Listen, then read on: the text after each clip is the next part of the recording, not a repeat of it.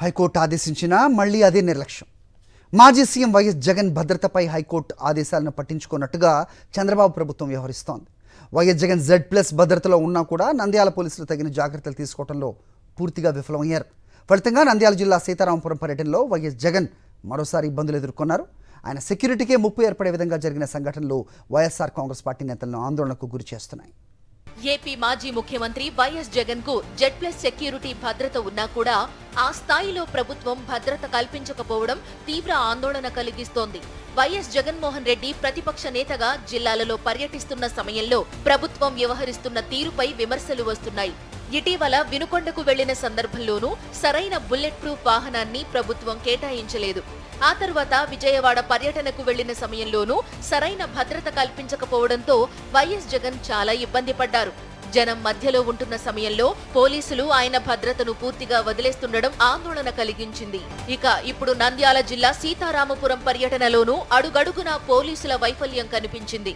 Z+ security స్థాయిలో ముందస్తు జాగ్రత్తలు తీసుకోకపోవడంతో వైఎస్ జగన్ సీతారామపురం పర్యటనలో ఇబ్బందులు ఎదుర్కొన్నారు. 3-4 చోట్ల అనూహ్య రీతిలో యువకులు వైఎస్ జగన్ ప్రయాణిస్తున్న కారుపైకెక్కడం తీవ్ర ఆందోళన కలిగించింది. ఓర్వకల్లు ఎయిర్పోర్ట్ నుంచి సీతారామపురం వస్తుండగా చాపిరేవుల టోల్గేట్ దాటుతున్న సమయంలో ఓ యువకుడు హఠాత్తుగా వైఎస్ జగన్ ప్రయాణిస్తున్న కారుపైకి ఎక్కి బోనెట్ పై పడుకోవడంతో పార్టీ నేతలు ఆందోళనకు గురయ్యారు. అతన్ని బతిమాలి కారు మీద నుంచి కిందకు దింపారు. ఈ సమయంలో పోలీసులు సమీపంలో ఎక్కడా కనిపించలేదు.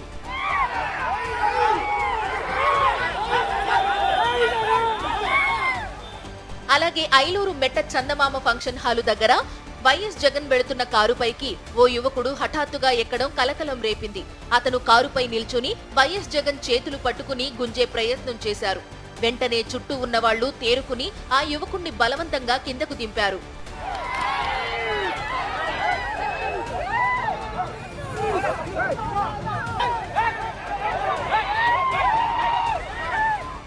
ఈ 2 సంఘటనల తరువాత కూడా ఇదే విధంగా పలు చోట్ల పోలీసుల వైఫల్యం కొట్టొచ్చినట్లు కనిపించింది.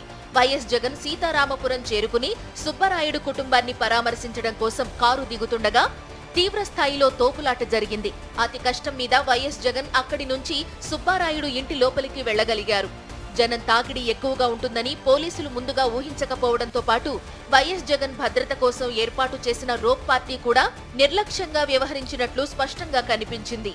ఇక సుబ్బరాయుడు కుటుంబాన్ని పరామర్శించి బయటకు వస్తున్న సందర్భంలో వైఎస్ జగన్ పైకి జనం దూసుకురావడంతో ఉక్కిరి బిక్కిరైన పరిస్థితి ఎదురైంది. జనం తాకిడికి వైఎస్ జగన్ ప్రయాణించిన బుల్లెట్ ప్రూఫ్ వాహనం కూడా సొట్టబడింది. ముందు భాగంలోని ఎడమవైపు అద్దాలు బీటలు వారాయి. అక్కడి నుంచి తిరుగు ప్రయాణంలోనూ హఠాత్తుగా ఓ యువకుడు వైఎస్ జగన్ ప్రయాణిస్తున్న కారు ఫుట్ రెస్ట్ పై వేలాడడంతో ఓ పోలీస్ కానిస్టేబుల్ వెంటనే తేరుకుని ఆ యువకుణ్ణి కిందకు దింపడానికి పరుగులు పెట్టాల్సి వచ్చింది.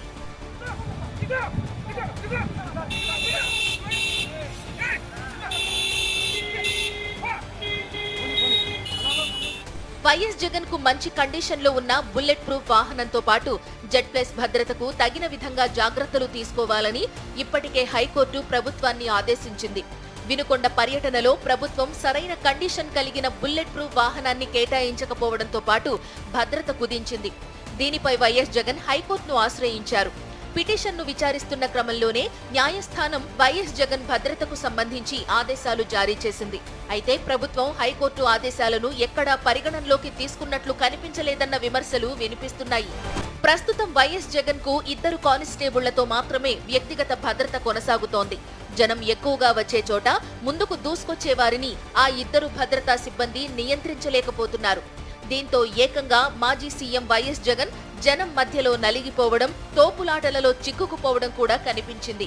వైఎస్ జగన్ జిల్లాలలో పర్యటిస్తున్న సమయంలో స్థానిక పోలీసులు బందోబస్తు నిర్వహిస్తున్నా ఆయన భద్రత విషయంలో మాత్రం నిర్లక్ష్యం వహిస్తున్నారని వైఎస్ఆర్సీపీ నేతలు అంటున్నారు.